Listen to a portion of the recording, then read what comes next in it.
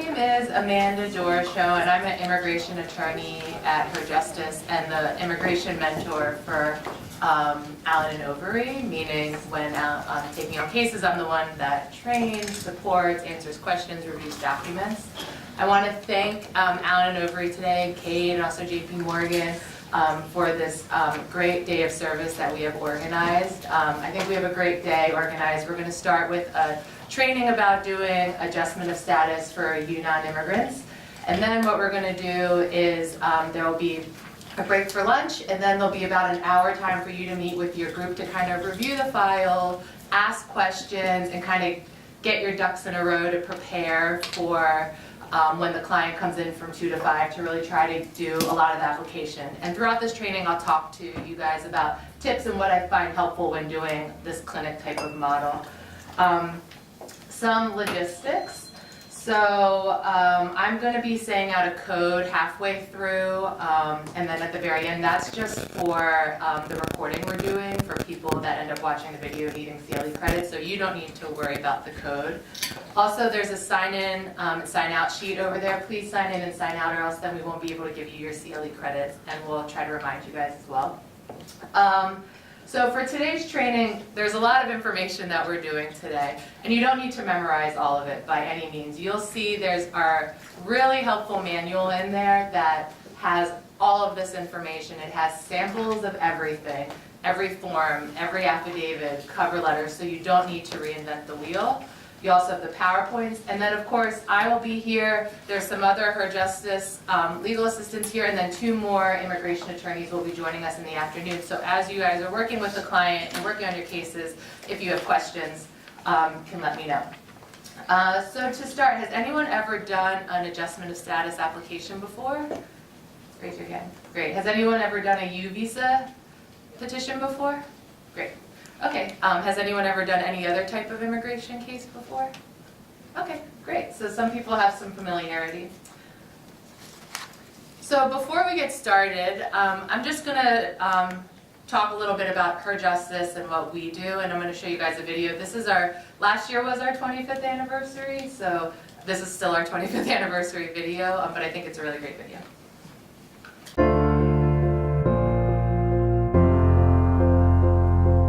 As a lawyer and a New Yorker, I am proud to live in a city that takes care of its own. At Her Justice, we provide legal services to low-income women in crisis in the areas of family, matrimonial, and immigration law. Last year, Her Justice provided legal services to over 3,000 women, and there are over 4,000 children. Our clients are incredibly strong, and many of them have survived great hardship. What they don't have is access. Her Justice makes sure that our clients receive that access by connecting them with private attorneys from around the city so that our clients have access to the legal tools that give them safety, security, and self-sufficiency. We used to fight a lot, and he used to abuse me physically to a point that in more than one occasion I thought to end my life, because there was no other way out. He wanted my pension, 401k, medical benefits. He wanted my furniture at one time. It seemed like he was winning all along, you know? My client was arrested because her abuser had actually called the New York Police Department and alleged that our client was harassing him. My marriage was built on deceit, and it escalated from verbal abuse to physical. Quería romper un ciclo que no era beneficioso para mí ni para mis hijos. Tú vas a salir de casa y mi hijo se va a quedar en casa. Court itself, it is not being operated in a way that is helpful to the very people that it was set up to serve. While our clients may have compelling stories, it doesn't necessarily mean that their entire stories can be heard without a lawyer stepping in. When people go to courts and they don't have a lawyer, they come up short, even when the law's been designed to protect them. When we have 12 attorneys on staff, who can then leverage the legal support from the private bar, we are able to represent and help over 7,000 people every year. Because of the law firms that donate their services to us, and because of our people that within our walls are able to train them, help and represent our clients, that is how we are able to best serve the community. The work of Her Justice is vital to women who are not in a very empowered status. It can be very difficult for them to assert the rights that they do have. Her Justice empowers these women to understand that they do have rights. Many of our clients are completely in the dark about the financial circumstances of their marriage. We know that our pro bono attorneys can make the biggest difference in the lives of those clients by partnering often with financial accounting firms to investigate the income of the spouse and get the client a fair financial award. We'll look for hidden facts such as if a defendant's hiding income, hiding employment, hiding assets, and we use our investigative experience to get the information that's most helpful to Her Justice and the pro bono attorneys. Providing pro bono services means that I get to see those results on someone's face when they get an order of support or an order of protection to get them the financial means that they need to help raise their child or to get them safety away from someone who's putting them in danger. We know we have these incredible mentors, brilliant, talented, resourceful, responsive attorneys who sort of have our back on every matter. In my experience working with the attorneys at Her Justice, I have been so impressed by their dedication and commitment and the quality of service that they've provided to their clients. I actually grew up in foster care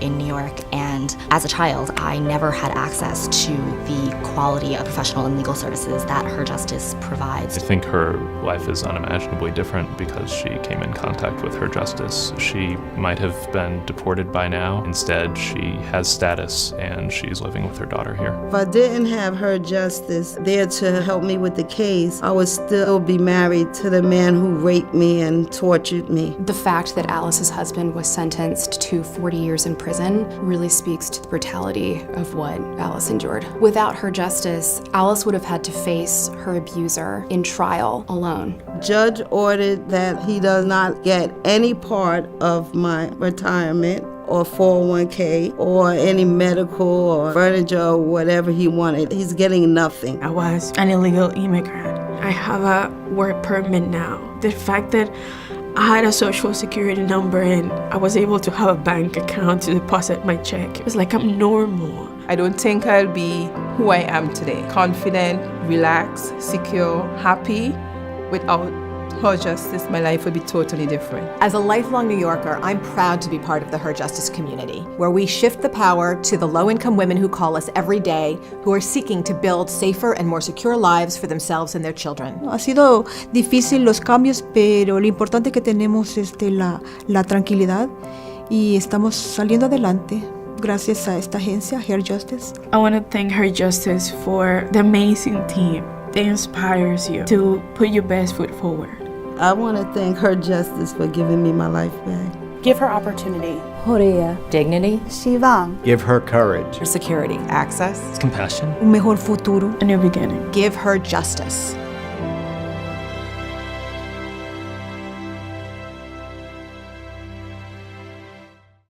That's a little bit of an overview about the work we do and how important the work you guys will be doing working with your pro bono clients. So, as you saw, Her Justice recruits, trains, and mentors volunteer attorneys from New York City's largest law firms. We do family court proceedings, Supreme Court, and immigration proceedings. And we do this in order to secure life-changing results for the clients and their children. Just some brief demographics of who our clients are. 29% of our clients lived in Queens in the past fiscal year. 26% in Brooklyn, 23% in the Bronx, 16% lived in Manhattan, and then 2% lived in Staten Island, and then 4% lived outside New York City with an ongoing legal matter in New York City. 77% of our clients were survivors of domestic violence, and actually basically all of the immigration clients are, and I think all of the clients today. 55% were born outside the U.S., and nearly 40% of the women we serve could not access the legal system without an interpreter. We get our clients through a variety of ways. We have a helpline on Thursdays where people can call and speak to an attorney that day. And then for immigration specific questions, we meet with clients throughout the Family Justice Centers in New York City.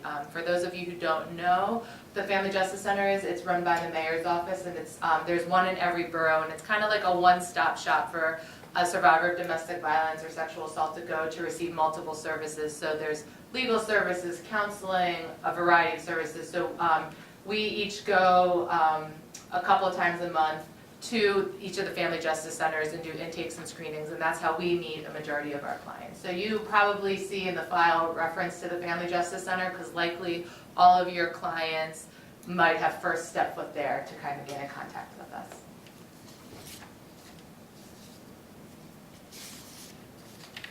So low-income women in crisis need vital legal protections, safety for themselves and their children, financial security to end poverty and abuse, and then obtaining immigration assistance to be able to remain in this country legally, possibly get an employment authorization to leave their abuser, and financially be independent.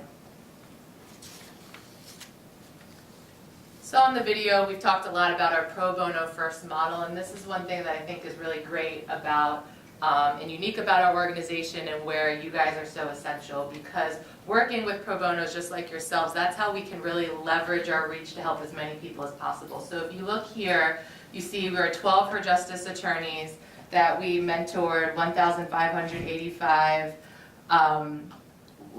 attorneys, serving 7,901 women and children for a total of 78,493 hours, and then you see that big number of the value of the services. And that's all because of pro bono volunteers like yourselves. So now we're going to start to get into the nitty-gritty about what we're going to be doing today. The learning objectives are first learn why adjustment of status is important in general, and also for you non-immigrants in particular. This is a very specific type of adjustment of status. Everyone here is a U non-immigrant, meaning they have a U visa. Become familiar with INA 245M, and that's the part of regulation that is the basis for adjustment of status. Understand the evidentiary requirements for adjustment of status. What do we need to prove? How are we going to prove it? Prepare and file the application. It's the form is I-485, but it's a whole packet consisting of multiple things that are put together. And then learn how to work with, interview, and advise your client throughout the process. And so we'll get into each one of these things. We'll have time at the end for questions, but of course, if people have questions throughout, just raise your hand, and we can stop and answer questions throughout the presentation. There's also just some fast facts about domestic violence that I think it's good to be aware of, because all of your clients are survivors of domestic violence. So for maybe the domestic violence isn't very far removed, or maybe it's very far removed, but it's important to kind of know how prevalent and kind of what your client has been through. So 95% of survivors of domestic violence are women. Intimate partner violence affects more than 10 million people each year. On a typical day, domestic violence hotlines receive approximately 20,800 calls nationwide, and this is actually a statistic from 2015, so I think it's definitely spiked. Over 50% of all women will experience physical violence in an intimate relationship. There were 59,050, of which 23,554 orders of protection that were filed in New York State in 2015, and over 80% of people in family court handled their cases without an attorney. And it's a similar thing with immigration. Your clients aren't in removal proceedings, but you have no right to counsel in immigration proceedings as well. So many times clients don't have an attorney going through this process. So what is domestic violence? This is something, if you look over here, it's called the power and control wheel that many advocates use. So domestic violence is a pattern of coercive and abusive behaviors used in any relationship to gain or maintain power and control over another. So the goal is a fixed imbalance of power. So yes, domestic violence can include physical abuse, but it's not just physical abuse, right? So for example, you'll see here there's lots of different things. There's verbal abuse, there's coercion and threats. For example, threatening to sabotage someone's immigration process, threatening to call immigration on somebody, threatening to take their children away. It's a way the partner can exert control over someone by intimidating them. Financial abuse is very common, right? So the person has to depend on someone financially. One thing that we see very common with these types of cases is threats if the client were to call the police or cooperate with the police or answer questions. Many times maybe the couple was married and maybe the partner is a citizen or a resident refusing maybe to file papers on their behalf, or kind of holding it over their head to intimidate them or get them to do what they want. So it's a broad depth of things, and so you'll see when your case file that you have, it should have the initial U visa filing that really goes into depth about the domestic violence that was suffered and the qualifying incident to get the U visa. But it's also important to note as well, because people might still be experiencing domestic violence in some way, or maybe they're still experiencing the effects, working through the trauma, and that's something that might be important to bring up in the current application. So there's a lot of different effects of domestic violence. Health effects are physical, sexual, mental, dependency, maybe having to leave and go into a shelter, economic dependency, substance, and then cultural and religious effects. Maybe, for example, in someone's culture, it's frowned upon to leave your spouse and they're ostracized or they're removed from their culture, now they're even more isolated. So your client may experience some of these symptoms or have had these experiences of what happened to them in the past, or potentially could be going through it as well right now. So when working with survivors of domestic violence, it's really, really important to be patient and non-judgmental, right? I kind of think about it as if roles were reversed, and if I was coming in talking to someone I just met that day, essentially a stranger, and asked to talk about the most personal experiences of my life, possibly the most traumatic experiences of my life, I think it would be very hard to do. So it's really important to be patient and not judgmental.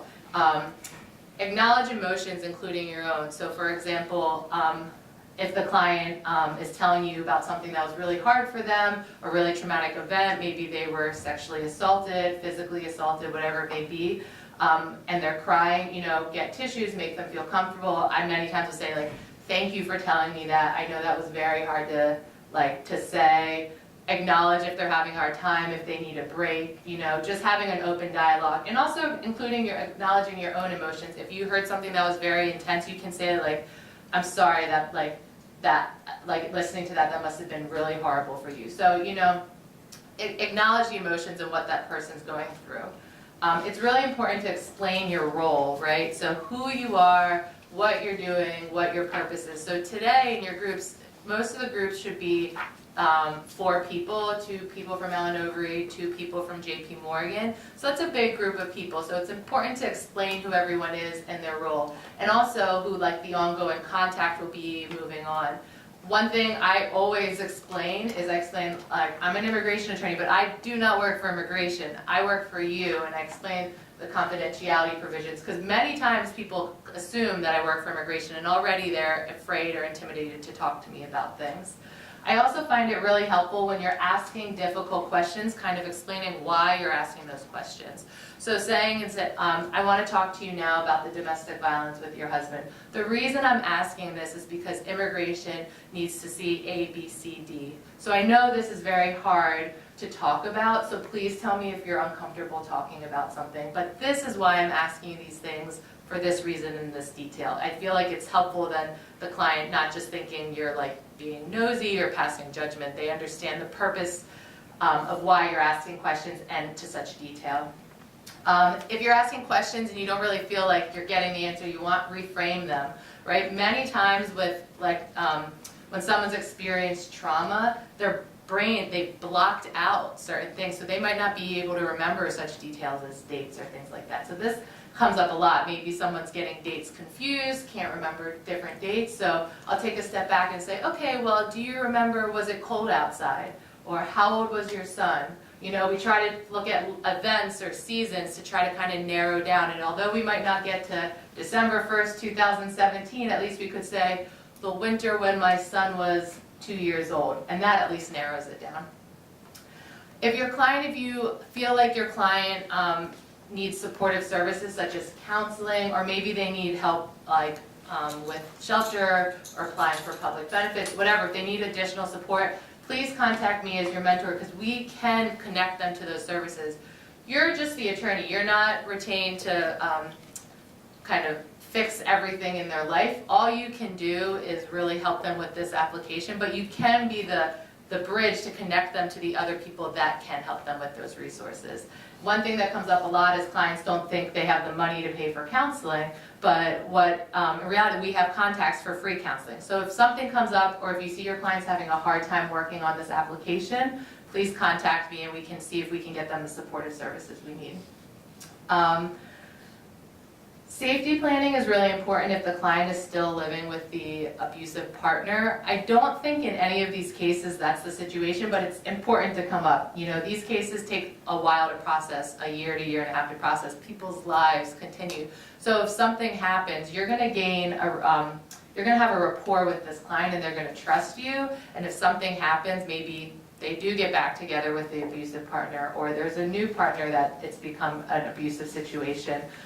It's important that that person has a safety plan. So if you feel like that's going on, you should have that dialogue. What's the best way to contact them? Can you leave a voicemail? Is email best? Is email safe? Have that dialogue, and if it does seem like it's an unsafe situation, you can let me know. We can put them in touch with a caseworker to then do a full safety plan if needed.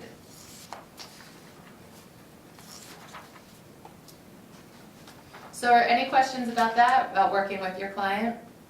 You'll see in the slides there as well, there's a really good video about, kind of gives ideas and tips of working with survivors of domestic violence, and there's also some resources in the manual as well.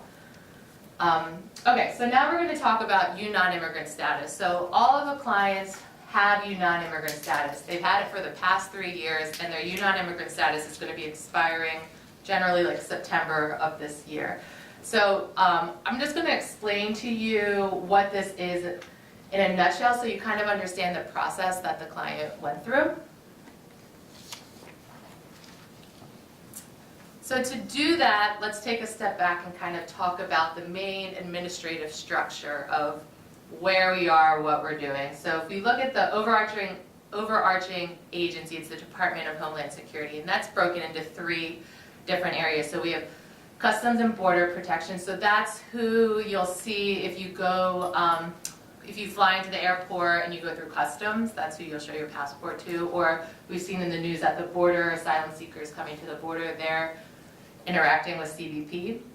Citizenship and Immigration Services is CIS, or we say USCIS, and that's who we will be dealing with. That is where affirmative applications are sent, so that's who you'll be sending your application to. You're sending it to a specific portion of USCIS called the Vermont Service Center, and so you'll see that in the manual. And then the last is Immigration and Customs Enforcement, and so that's ICE, and that is really what you see on the news, the branch of immigration that works with removal, detention, all of those things. So immigration is a hot topic, I think.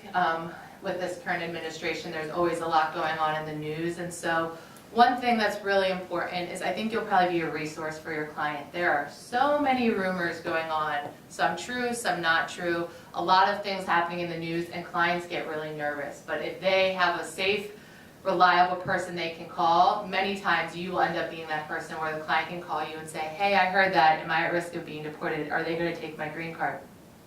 And you might not know the answer, but then you could also reach out to me.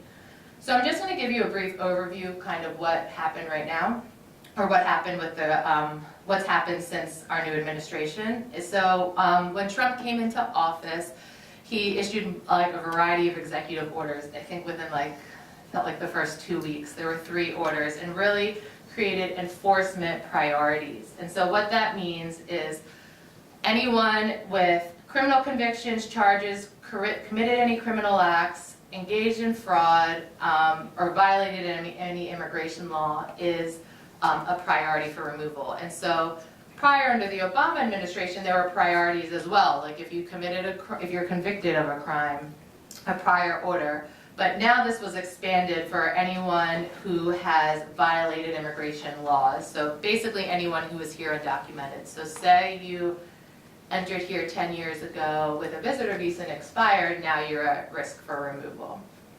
Or you're like a priority, I guess you could say.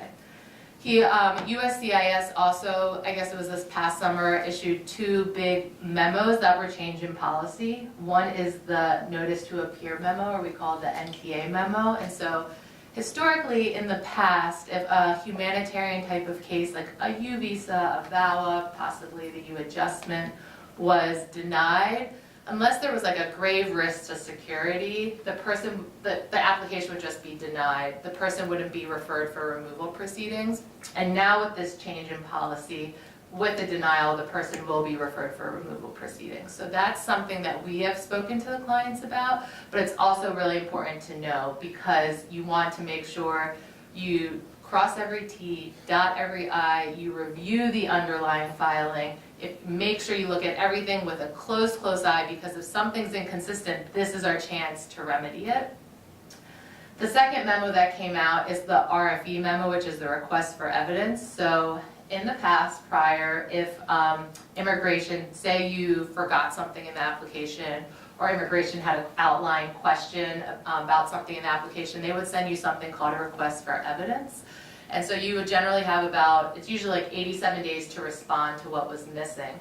Now with this new memo that came out, said they no longer have to issue a request for evidence, they can just issue a denial. So that even more is why you want to double, triple check everything. You want to look at the manual. I think you should have multiple people in the group. Make sure the form is filled out exactly correct. The necessary forms are submitted. Everything is consistent, right? Because it's kind of a tumbling effect. If they don't issue a request for evidence for you to remedy or answer a question, they issue denial, now the person can be put in removal. So it's always, I think it's just that much more the reason to take the time, double, triple check, have multiple people in the group double, triple check. Me as your mentor, I'm happy to review all of your forms. I recommend sending me everything to review, and it's definitely worth doing so. As I said, we discussed the NTA policy and the risk. Our clients are kind of in an interesting situation because you get your U visa for 4 years, and if they don't apply before their U visa expires, they've lost their chance. So everyone really has to apply. You know, it's not like they didn't, they're doing a new application and kind of presenting themselves to immigration. So people are aware of these risks, but these questions might come up. And if you find you're not quite sure how to answer them or you're not sure of the answer, you can always reach out to me.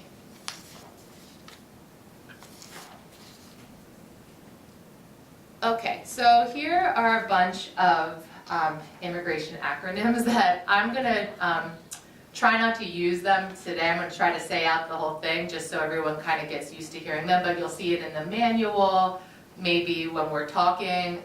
If I use the acronym and you're not quite sure, let me know. But the ones you'll see, the biggest are AOS for Adjustment of Status, VSC, Vermont Service Center, LPR, Lawful Permanent Resident. Everyone's applying for that to become a lawful permanent resident. So just kind of like a checklist if you see, I find it helpful.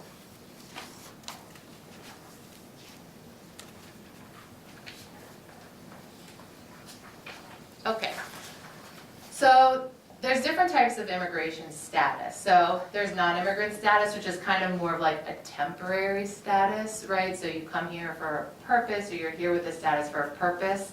It's not necessarily a green card. So students, tourists, temporary workers, and then U non-immigrant status, which everybody has. And then, so your clients have U non-immigrant status. They're going to adjust their status to have an immigrant status, which is a lawful permanent resident, meaning have your green card. And then there's also, then after they've had their green card, so their lawful permanent resident status for 4 years and 9 months in this case, they can apply for naturalization to become a U.S. citizen.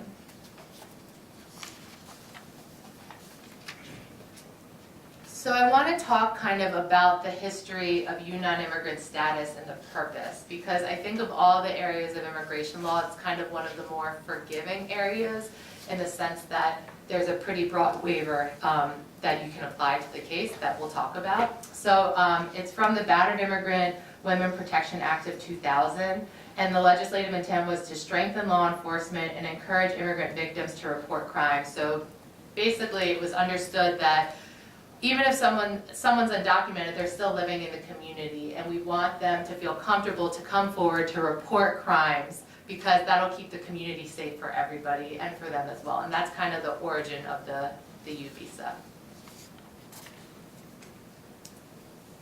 Any questions so far before I get into what exactly is the U visa?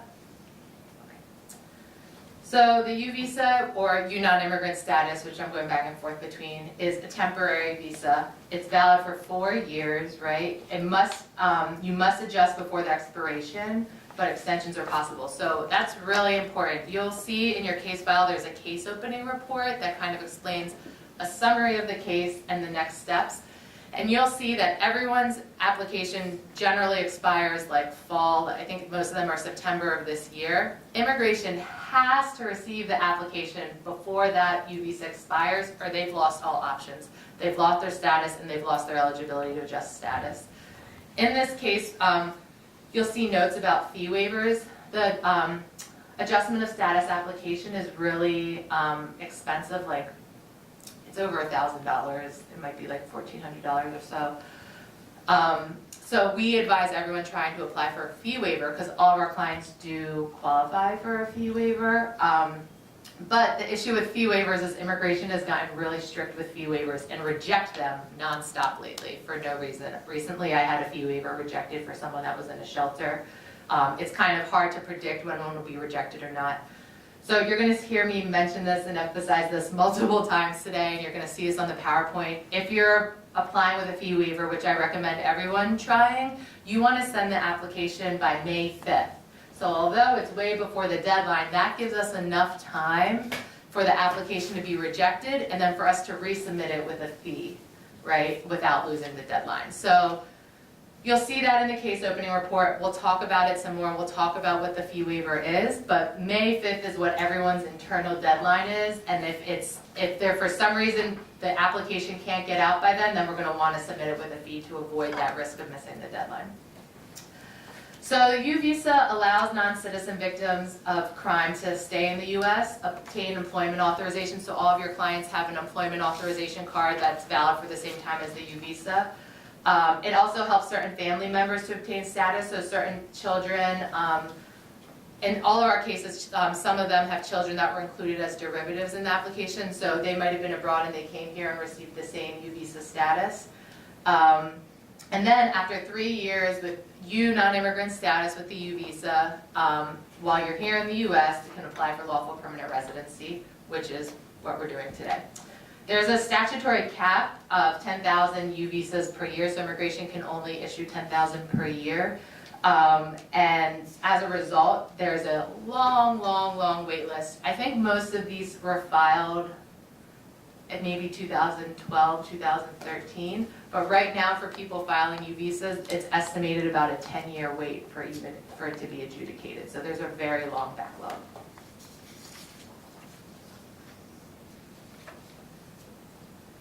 Okay, so here are the elements to qualify for a U visa. So you have to be a victim of a qualifying criminal activity. In all of these cases, it's domestic violence. Possess information about that criminal activity. Helpful to law enforcement, a law enforcement agency in the investigation or prosecution of the crime. So it could be the DA's office, the NYPD, it could be Administration for Children's Services, ACS, it could be the family court. The crime occurred in the U.S. or violated U.S. law. The person suffered substantial physical or mental abuse as a result of the crime. And then finally, the person is not inadmissible. And we'll talk about inadmissibility. And then you'll see, for those that had derivatives in their application, I think it might just be one case where someone had two derivatives, and the derivatives actually aren't eligible to adjust, and you'll see that in the summary, and I can talk to you in detail about it, but the U visa application is Form 918, and then if you were including derivatives, it's this 918A form. So you'll see in the your case file a copy of the filing, and you want to look through that very, very closely. You want to make sure everything in that filing was consistent about dates, this and that, because if something isn't consistent, this is our time we can remedy it. Okay. So let's talk about inadmissibility. This is a big part, and this is something that's really important to pay attention to. So, right, so we're looking at the U visa, we're saying, okay, they meet all of these elements and they're not inadmissible. So what does inadmissibility mean? It's in the INA, there's a long, long list of a reason someone could be inadmissible. So for example, your manner of entry, if you entered without inspection, certain criminal convictions perhaps could make you inadmissible. Maybe you paid to help your child come here legally from the US, that would be considered alien smuggling, that's inadmissible. But we can, the U visa stage, you can waive all of these inadmissibility grounds, right?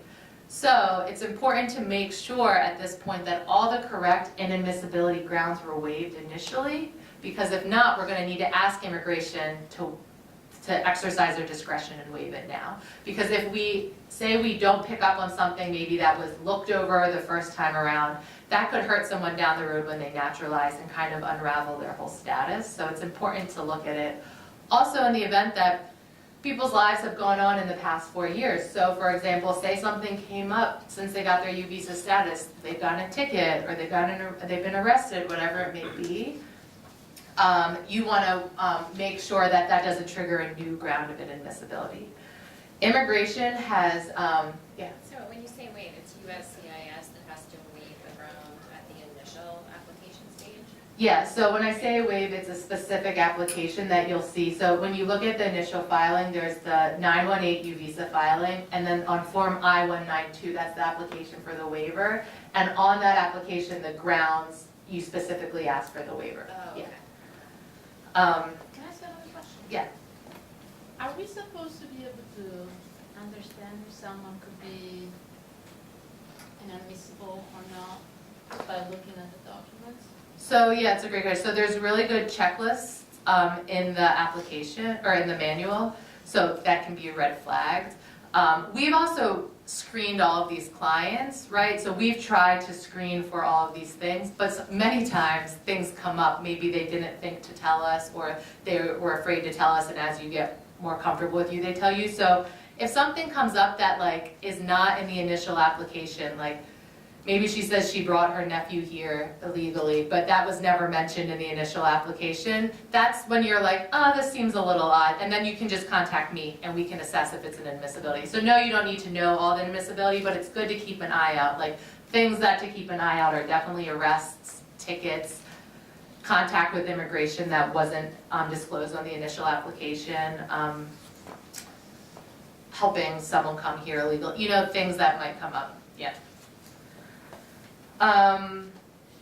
Some of the common ones you'll see, I think almost all the clients entering without inspection was probably waived, meaning crossing the border. Fraud, sometimes, maybe someone entered with a passport that wasn't theirs or whatever it may be. But I think the best place to start once you guys kind of sit down and get all your ducks in a row about a plan is to look at that initial filing and become comfortable with it, because it should all have been like explained and asked to be waived initially, but if something came up or something wasn't, then we'll ask for discretion. I know there is one case where there was, you'll see in the summary, that it was disclosed, but I think from oversight of the prior attorney, they forgot to specifically ask for this ground of inadmissibility to be waived. So there's a note in there to specifically ask for discretion, and that's done by kind of putting it in the cover letter. So here's some common grounds of inadmissibility. Like I said, so present in the U.S. without inspection, criminal convictions, lack of a valid passport, that's important to look at. People, if they didn't have a passport when they applied, will have waived that initially, But sometimes people's passports expired while they had U visa status and maybe they didn't renew it. And so if that's the case, if there's a break in whether passport, there's without holding a valid passport, we're gonna have to explain that to immigration. So it's important to look at the prior passport when they applied for the U visa and the current passport, make sure there's no gap. False claim to US citizenship, fraud or misrepresentations common, prior order of removal, maybe someone was removed previously, and then also accrual of unlawful presence. So maybe somebody was here without permission for 2 years, left, and then came back again without permission and stayed another 2 years. That triggers a ground of inadmissibility. So again, I'm happy to answer questions about it, but I think the best place to start is with the underlying U visa filing and that I-192 application that's specifically waiving those grounds of inadmissibility. So here's a brief overview of the analysis if you think there is a ground of inadmissibility. So does it apply under INA 212A? And then if so, can it be waived? And the nice thing that is good about the U visa is it can, almost all grounds of inadmissibility can be waived. So the only ones that can't be waived are Nazi persecution, torture, those types of things. What you're showing with the waiver is you're asking immigration to exercise your discretion. So you're basically explaining, showing that the grounds of inadmissibility and then showing the client's favorable factors and ties to the U.S. and like why they can't return to their home country outweigh that ground of inadmissibility. So you'll see that in the initial filing, that there's like an affidavit, other supporting evidence, and you're going to want to continue kind of to show those favorable factors in this application. And then you'll see it's waived on Form I-192.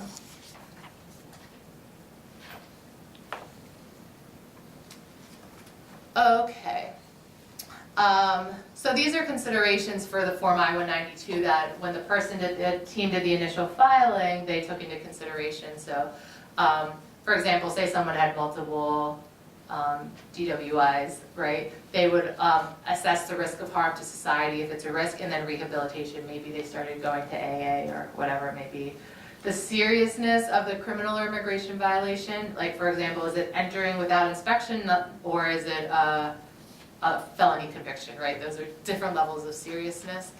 Reasons for seeking admissions into the U.S. So, for example, ties, why the client needs to stay here, ties to the community. Are they involved in church? Do they have U.S. citizen children that depend on them? Does the child have a health issue? You know, are they involved in the community some way? Hardship to the U.S. citizen family members, and like I said, community ties, and also like risk if person were forced to be returned to their home country. Would it be dangerous, right? For example, I've had cases where the abusive partner now has been deported because of this criminal case, and if they were to return back to the home country, it'd be dangerous for them.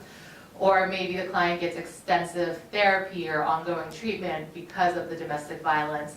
Would those resources be available in the home country? And what would happen if that client didn't have those resources? So those are all the factors that were considered in doing the waiver.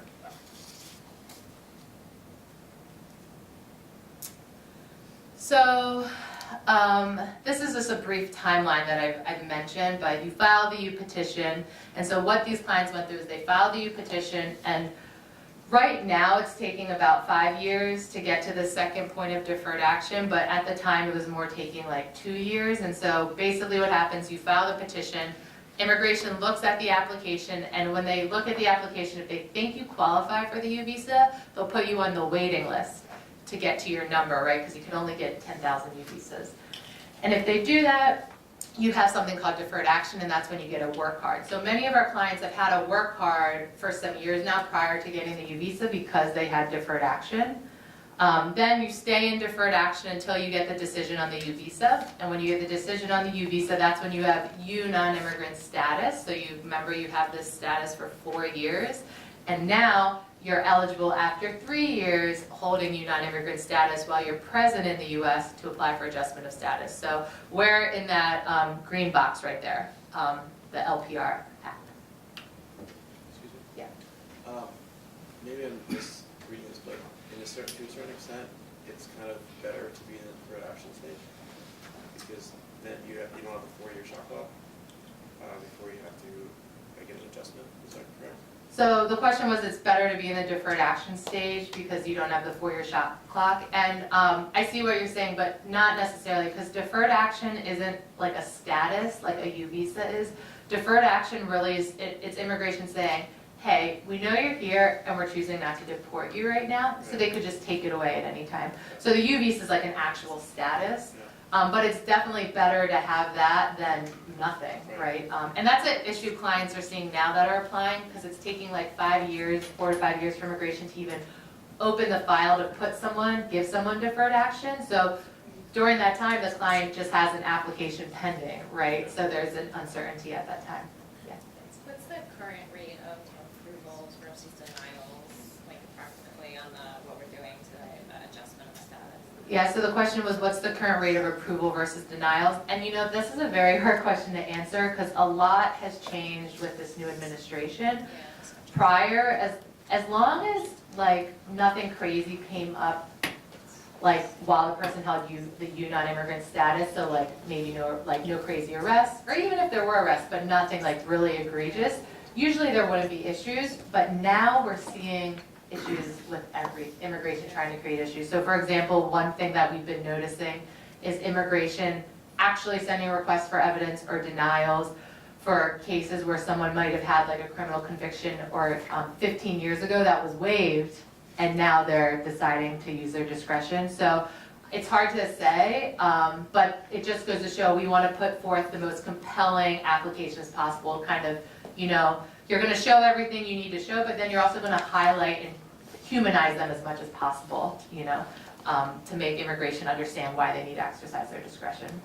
But I would be interested to find out numbers of how things have changed in the past like 2 years, because I think it's definitely gotten, they've gotten much more difficult. Yeah. After we submit these applications, say around May 5th, what's like the timeline when we could hear the next step?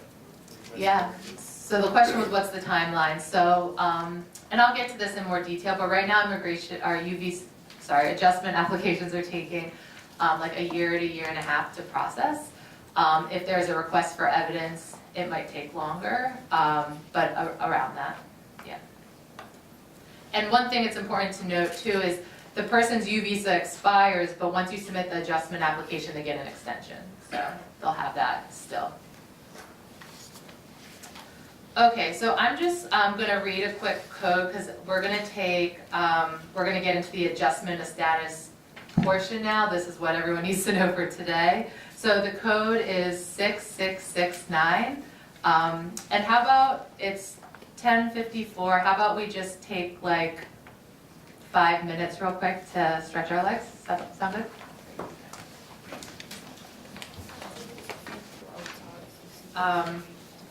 How's everybody doing? Do we have any questions, concerns? I know this is a lot of information, but I just want to reiterate, you're not going to be able to get everything done today and put out the door, but maybe you could likely get like 70% of the application done. And then also I'm here as a resource, so here to review your application, to answer your questions, right? So it doesn't all have to be done today. But I think you guys should really get a good amount, a solid chunk done today, so there's not too much afterwards. Okay, so let's talk about U adjustment of status. So as I've been mentioning multiple times, it's on Form I-485. It grants the applicant lawful permanent resident status, meaning they have their green card. It's authorization to reside permanently in the U.S., ability to work lawfully in the U.S., travel outside the U.S., and then after 5 years, you're eligible to naturalize to become a citizen.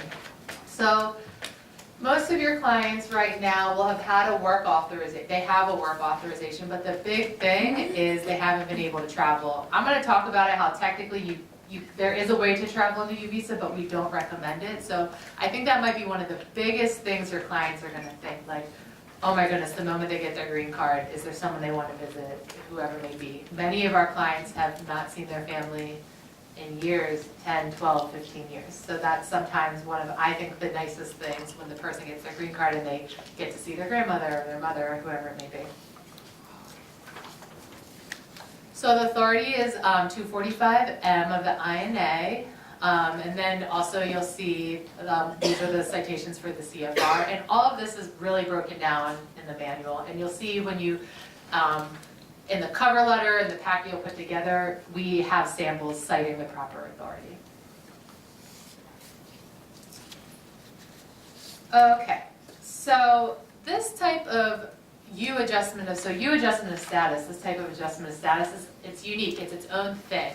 So one of the first statutory requirement is, right, so you have to have continuous presence under U non-immigrant status for the past 3 years. And so that's one of the things about this application that can make it time consuming because it's a lot of document organizing. So you are going to want to show that since the person got U visa status, so you'll see the timeline on there, that they have been here for the past 3 years since that time. And the way to show that is through taxes, school records, bills, court record, mail, anything with the client's name, address, date, employment records like pay stubs, medical records, public assistance records, birth certificates, W-2s, whatever it may be. Anything that has the client's name, the address, and the date. And so for the past 3 years, you're going to want something from like every 2 months or so, and you're going to have it all in a packet together, like 2014, 2015, you know, like all the continuous presence information. So for example, when you guys meet with your group today, the hour that you have to kind of review the file, it might be helpful to kind of like split up jobs, and that could be one person's job is to organize the continuous presence documents. We submitted in the case file everything we've had the client give us up to date, but there still will likely be outstanding things. For example, maybe the client was working on getting something and they hadn't gotten it yet. So you'll want to kind of make a chart, look through it, see what time periods are missing, and then see what you can get. So like I said, traveling abroad during U status, you can technically do it, like you need to get permission to do it, but we don't advise it, so many people don't, because an absence of greater than 90 days or a total period of absence of 180 days, that can break the continuous presence time for the past 3 years.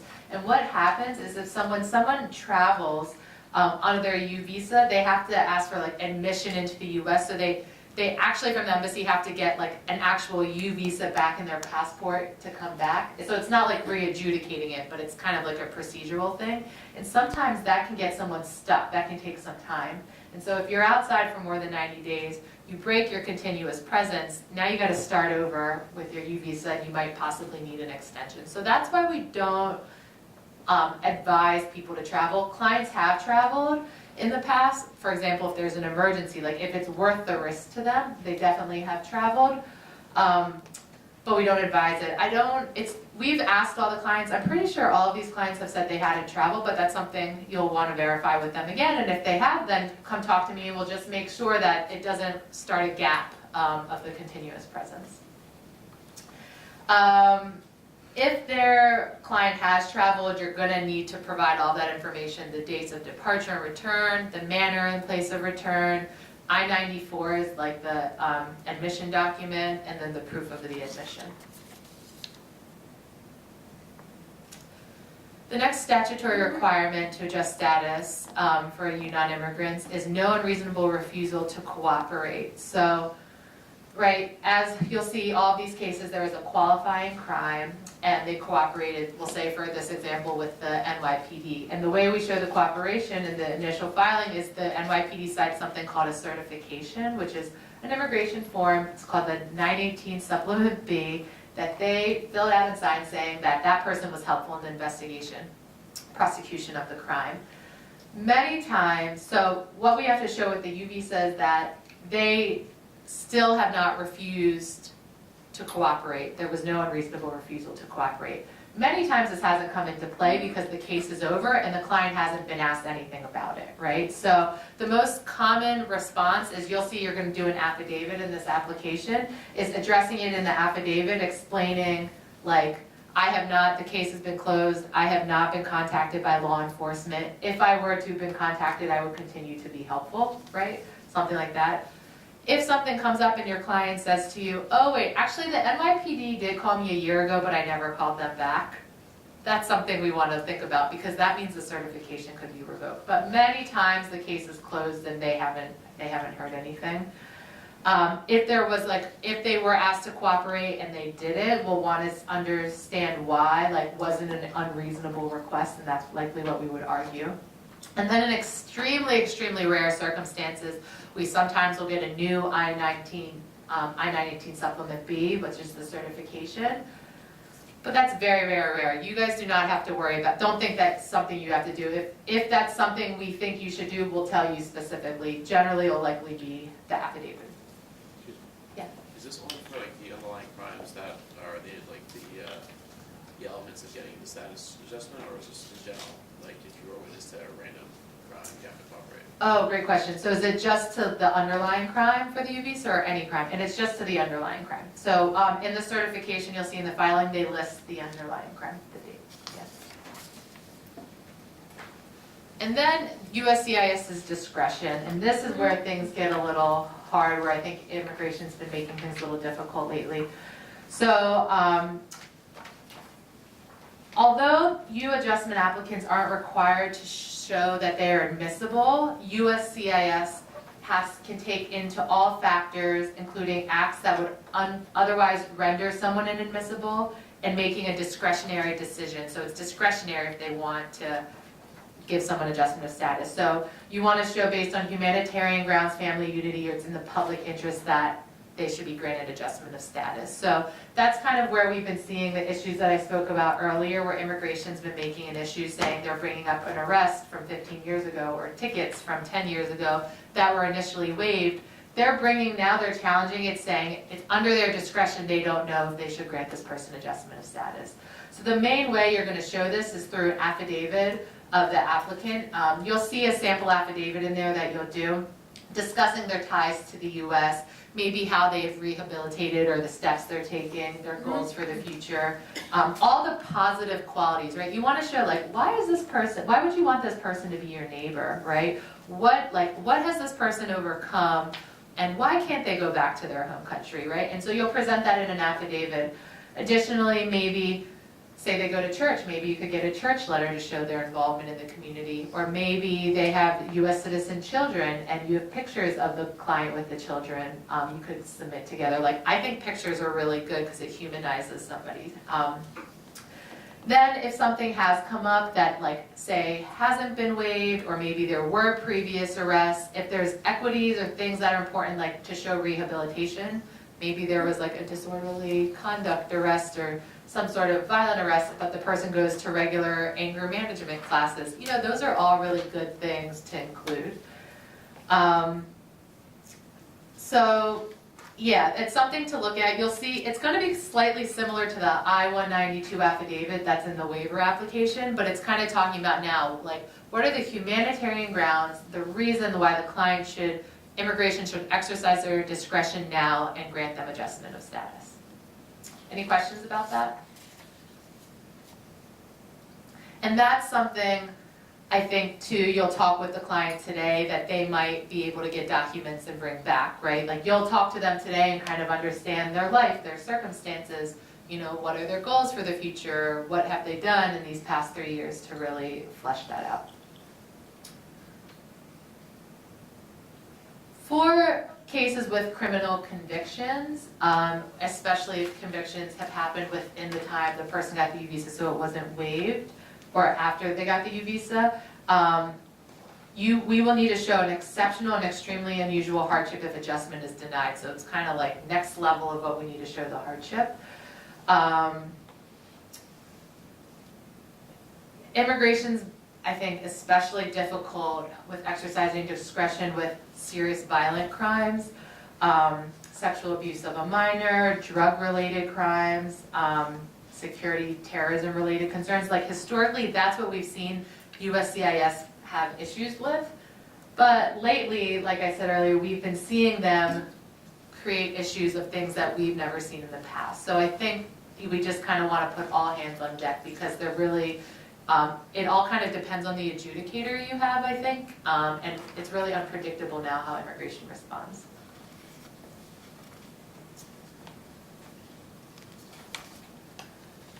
Okay, so when are we filing it? So, as you all know, right, we're filing it 3 years after the client was granted U non-immigrant status. In the case of if, say, someone included derivatives, so they included their child as a derivative and the derivatives abroad, that's a little bit different because the child had to come here and then have to be here for 3 years. So you'll see there's one client, and you'll see in the case opening report where she had 2 derivatives. One derivative is still in the home country because she wasn't able to get a passport, and so there's like a plan, right, basically to bring the child here after she adjusts.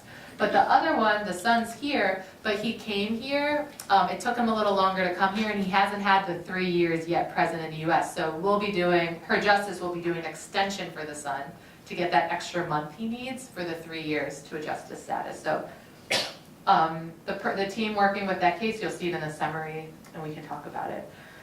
Like I said, the U status expires after 4 years unless an extension is granted.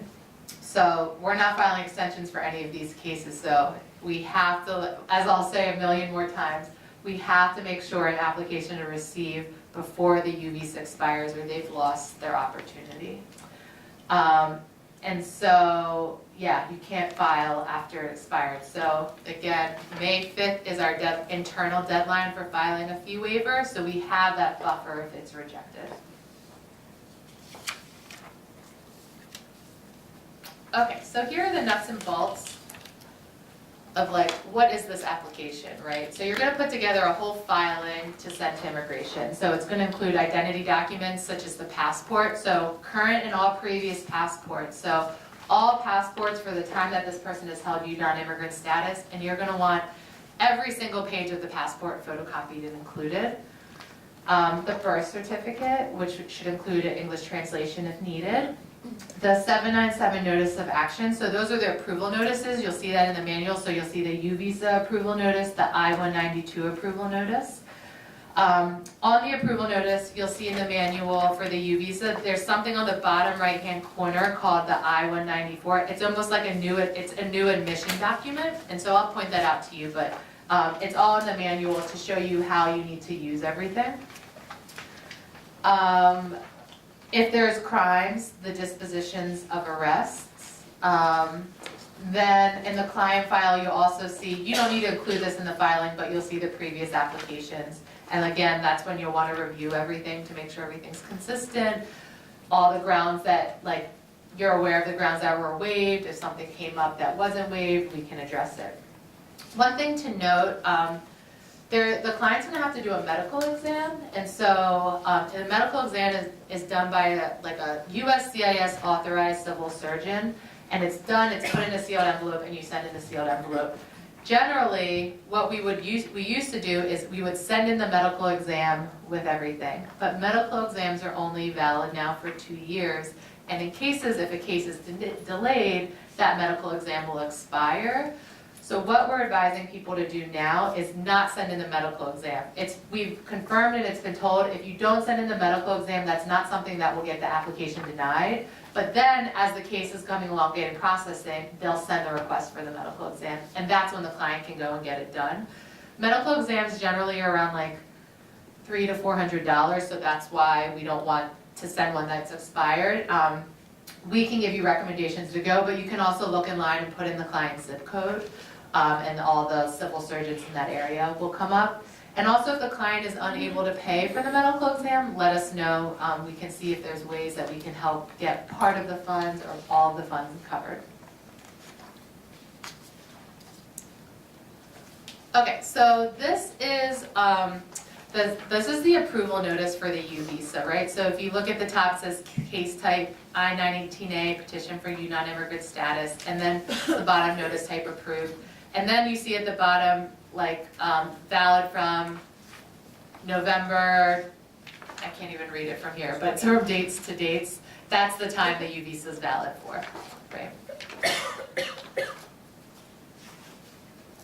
And then at the bottom of that page, that's what I had mentioned about the I-94. So you'll see at the bottom of the page, on the right, that's their new I-94. The I-94 is when you enter the US, you get this well, they used to give it to you on a little white card. Now it's just like when you go through, you can look it up online when you go through customs. So that's for like their new admission date.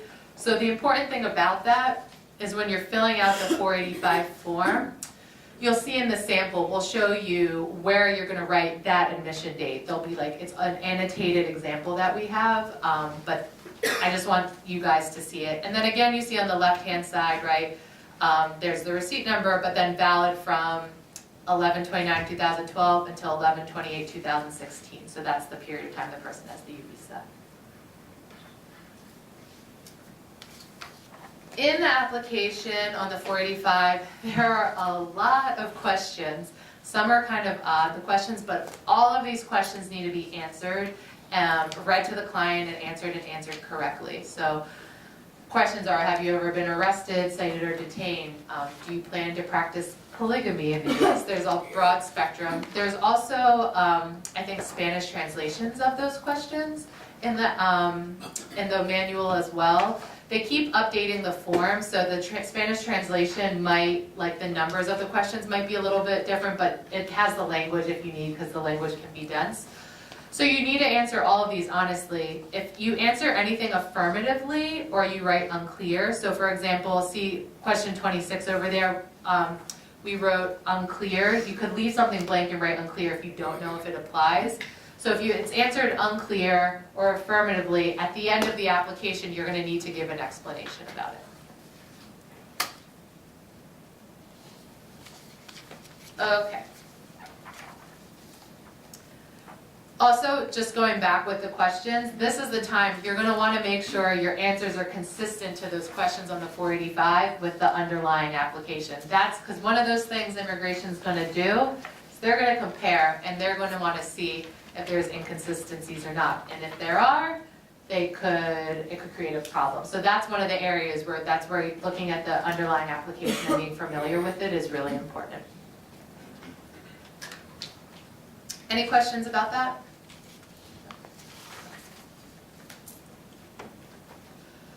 So we're talking a lot about inadmissibility grounds, right? Right, so the inadmissibility grounds before the U approval, right? So was it waived? If it was waived, I don't think there's much need to like rehash it. But if there's a reason that it would be good to bring it up, to make it like, because there's a compelling reason to give like context for something or about the client's life now, maybe it would be helpful. But one thing that's important is if something hadn't been waived initially, like I said, this is our opportunity to ask them to exercise their discretion and waive it, right? And we're gonna have to do it at some point, because if we don't do it, when they naturalize, it will likely come up and unravel everything. Or if something was inconsistent or wasn't disclosed that should have been disclosed, now's the time where you can kind of like explain it and remedy it. So that's why you want to keep looking at it. And then you're still going to want to talk about the discretionary factors in the client's affidavit. Remember those humanitarian factors, the grounds of why this person needs to be here in the US. You're going to still have, that's going to be a big portion. It happens. I know one of the cases, like the ground of inadmissibility, maybe the attorney just forgot to affirmatively write the sentence to waive this one ground, but they disclosed it, right? So you'll just explain those oversight, and then you'll move forward with talking about their favorable factors.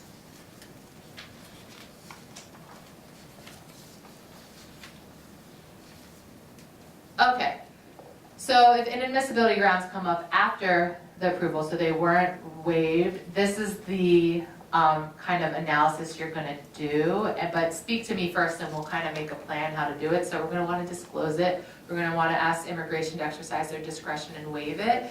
We're going to, and then go through these same types of assessment: risk to harm in society, rehabilitation, seriousness of the crime or violation, reason for seeking the admission, hardship to the U.S. citizen, family member, community ties. It's kind of the same analysis that we would be presenting.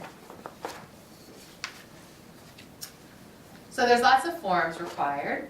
So you're going to put together this whole application. So I'm not going to go through listing all of these forms because it's all in your manual and it's all a checklist.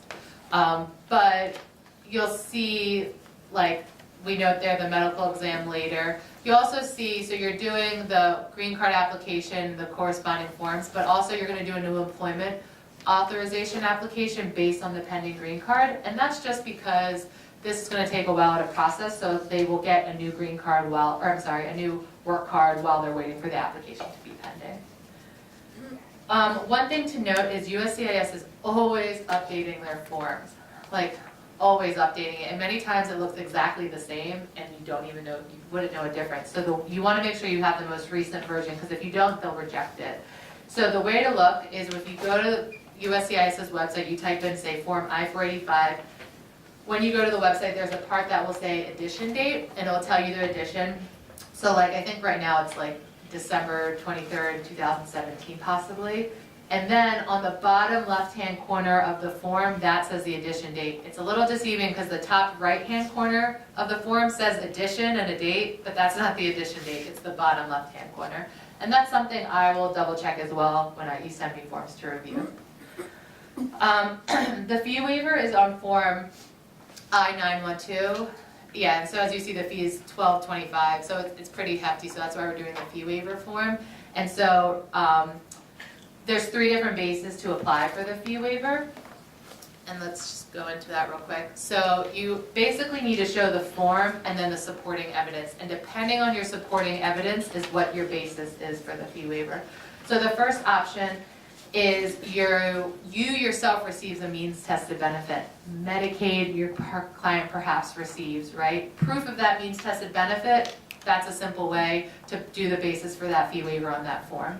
The second option is your income is at 150% of or below the federal poverty guidelines. So most clients, you should have the 2018 tax returns.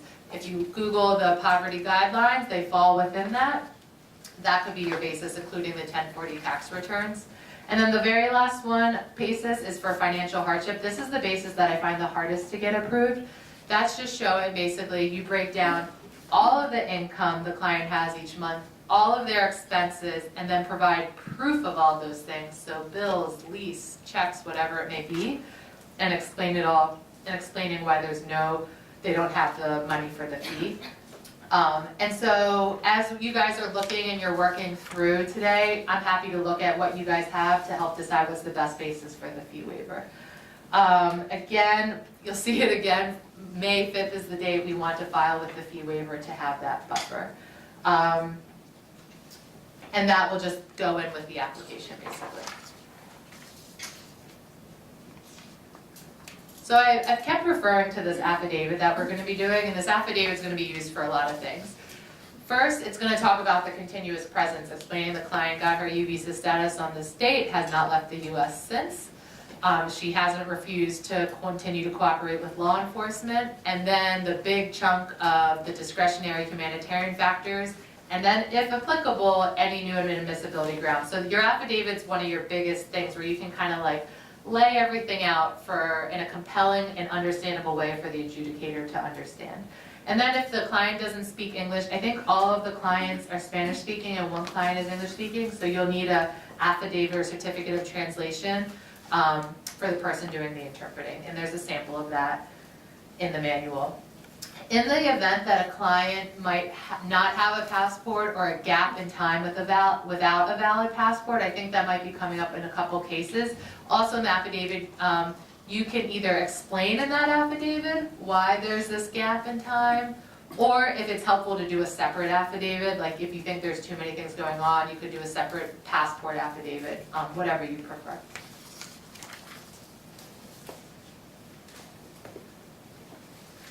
Okay, so here are all the documents, and we have great checklists in the manual, so no need to memorize all of this. This is all in the manual, and when I do applications still, I have that checklist next to me, and I just go down the checklist.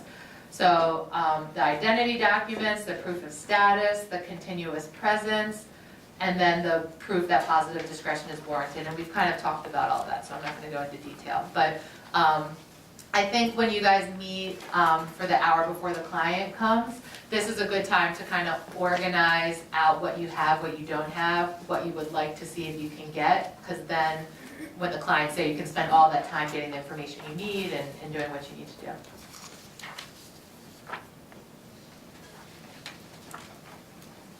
So there's some distinctions for U adjustment of status, right? It's this unique type of adjustment of status. There's no need for waiver of inadmissibility, right? This is all discretionary. You don't need an affidavit of support or an exemption. So that's why you're not doing this Form I-864. And there's also no interview. What would happen, hopefully, is you get an approval notice in the mail and then the green card to come.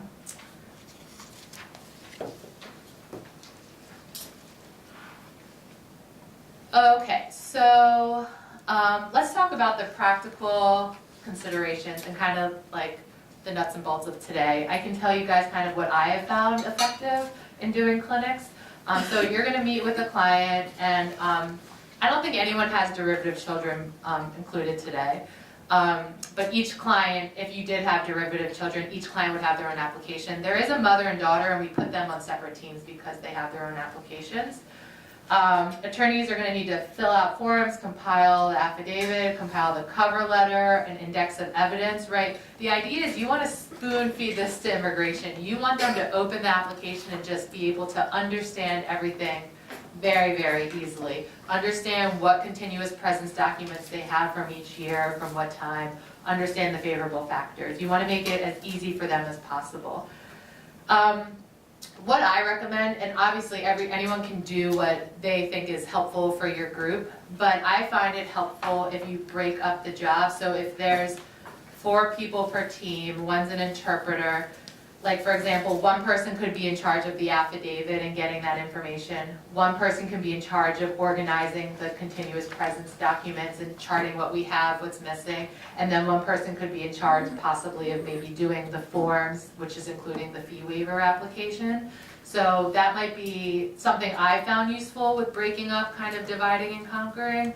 But of course, please do whatever you think is best for yourself. And so when we have that hour before the client comes, that's really the time to kind of go through everything, get familiar, things that are unclear. Please, I'm here to ask questions. There'll be 2 more immigration attorneys from Her Justice here as well to answer questions.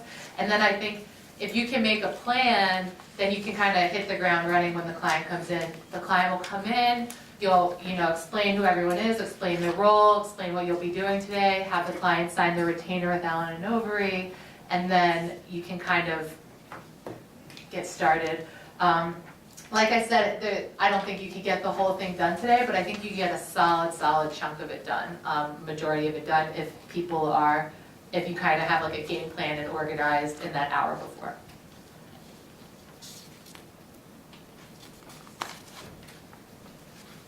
Okay, so filing the packet is 1 packet per applicant. It's going to be 2 hole punched at the top of the page and like ACO-binded, fastened. And you'll see there's like assembly instructions in the manual.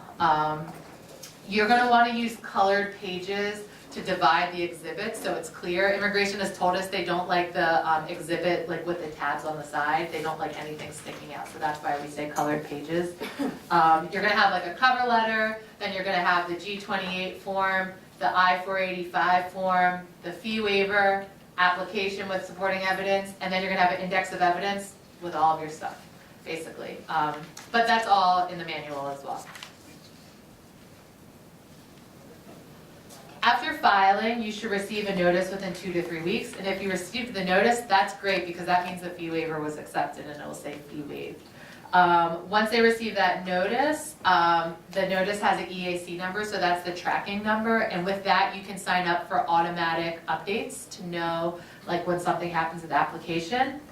Then within a couple weeks after that, so 3 to 4 weeks in total, the client should receive a biometrics notice. That's an appointment to get their fingerprints and photo done, and that's routine for everybody to have when that's filing an immigration application for it to continue filing. You don't need to go with the client to that. The client can go by themselves. It's very quickly. Then about 3 to 4 months, they should receive their new work card. That's the work card that's based on the new adjustment application. And then around 5 to 8 months, I would say more 8 months now, everything's a little longer, you'll receive that request for evidence for the medical exam, and that's when you will know to start to get the medical exam. And you'll want to notify us as well, so we can give you some names of doctors we have had, we've worked well with. We can, if there's issues with like paying for the medical exam, whatever it may be, we can coordinate all of those things. And then it's about like a year and a half to get a decision. If there were like no like delays, I guess, along the way of the case. Yeah. So should we be telling the client, I assume, to be looking out for all this and like communicating or with their attorney about all this stuff so that we make sure that they stay on track with all this, or? Yeah, so it's a great question. So you'll want to set up the communication, the dynamic with the client. So I know Allen and Overy each has a point person for the case, and you'll see on the forms, we advise everything to be sent to the firm, so kind of keeping the client's address confidential and everything being sent here. So before you guys get started, you'll want to establish that contact. The client should know who they're going to be able to contact. And also the client should be aware if something changes with their phone number, their address, anything like in their life, they get a ticket, they should contact their contact person, because if something comes in the mail, it might be 10 months from now that you may have to contact them. So definitely establishing that dynamic and how that's going to work, because it is a long process for the case to be processing, is good to know. And you can kind of explain the roles of everybody, because the client is not going to understand who's from JP Morgan, who's not. So explaining kind of like the roles of each person today, what they're doing, and then moving forward, what the role will be and how the communication will be. Any other questions? Okay. So after filing, right, we just went through all of this. You have your work card, you get the receipt notices, biometrics notice, work card, likely potentially a request for evidence for the medical exam, maybe if there's something else involved, and then the decision around like 12 to 15 months. And then after you get the decision, it's amazing, it's great, you'll let us know. You want to make sure when you get the card that the card has the correct like name, everything's correct on it. And then there's a sample case closing letter in there that you would want to give the client that explains what they need to know while they have their green card and when they're eligible to naturalize. And of course, this is down the road, so when it comes, you can just contact me, let me know, and we can talk about the steps when we're at that point. So, this is the filing address. It's the Vermont Service Center, who I mentioned. And they're a specific part of USCIS that's supposed to be kind of like trained with doing these types of cases, working with survivors of trauma, domestic violence, and trafficking. So that's who we'll be working with. And they have generally been better than, I don't know if better is the right word, but they have like their own hotline, their own email if you have questions. Sometimes they're more responsive than not, but for example, if something seems off or you have a question, you can call this hotline, leave a voicemail, they're supposed to call you back within a week. Or you can send an email, and you're supposed to get an email back in a week. Sometimes that happens, sometimes you have to follow up a few times, but this is who you'll be working with.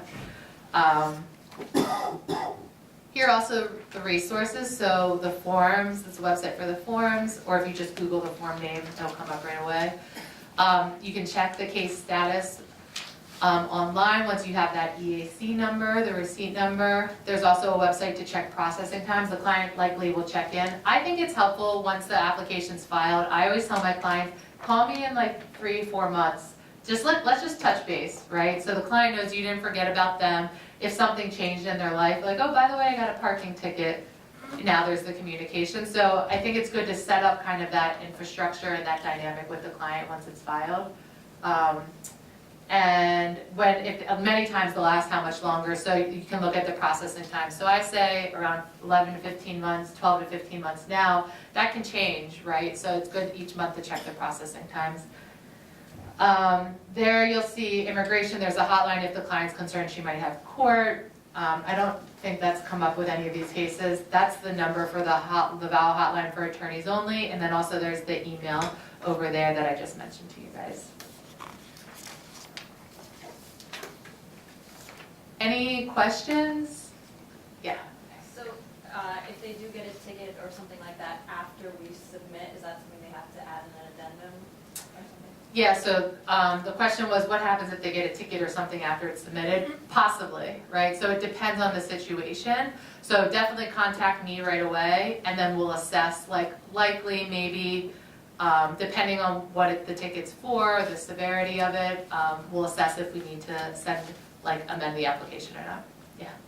And so each client is bringing in their passport today because we have to do our KYC check. So I wonder if it might be a good idea if everyone checks their file, and if they don't have their copy of the passport with all of the pages, let me know so then I can make sure I get every page copied, because I was just obviously planning to get the ID page done. Yeah, that sounds great. So let Kate know, like, if you don't have all the copies, and I think there might be a couple clients that are either bringing in their passports for the first time or not. I know there are 2 that were renewing their passports, so it'll be a new one. So yeah, we can make those copies today. Anybody else? Yeah, well, what about the other documents about like this, the continuous presence documents? Will we have those today? So they should, right, so they, the stuff that they gave us already, we have already emailed to you in the case file. But they will likely be bringing additional stuff. Maybe they didn't have it and they've been trying to get it together since we met, that they'll be bringing today, so copies of that. Yeah. So I've done a G28 before, and I was told at a different immigration, and I was told different things by the government. So in terms of, are you supposed to have a separate G28 for every person who should be allowed to communicate, or just the attorney and then the quote-unquote agent section? I don't know if that's explained in your manual. Yeah, great question. So it's really, how do you handle G28? So you're going to have the attorney of record. So the attorney of record signing the 485 definitely needs a G28 in their name, right? That's the only way immigration will speak to you. But if you want someone else to be on record, I find it most helpful to just do a whole separate G28. Yeah. Also, you don't have to do that. You could just do the one G28 with the attorney that signed, and then say someone comes on the case later, you could send in a G28 later. But I find it helpful to do like separate for each one, and then you could note that in the cover letter so they understand. Yeah. Any other questions? Are there any specific requirements about the certifying a document as a proper translation? Because I know that the birth certificates that I have are just in Spanish. Do we do the translations in-house? So great question. So for certifying like a translation, there's a sample in the manual. It basically just has to be a notarized translation. So the person interpreting or the person who wrote the translation can do it. And so, for example, say I did the translation. You'll see an affidavit of translation. It essentially says like, I, Amanda Dorshow, am fluent in English and Spanish and translated this birth certificate, and then it's translated. Yeah, so you don't need to send it out to like a company or anything like that. The person who is fluent in the language and in English can do it. Yeah. Any other questions? I'm going to give one last code. It's 6545. And yeah, please, well, I'm here today. My other colleagues, Timothy Fallon and Dennis Guzman are coming today as well. So we're available for your questions. And of course, after today, for Alan Overy that's still with the case, I'm always available by email, set up a time to talk, to review documents. Here's all of our contact information. We're the 4 immigration attorneys with Her Justice, so of course I'm available, but anyone else also could always answer your questions.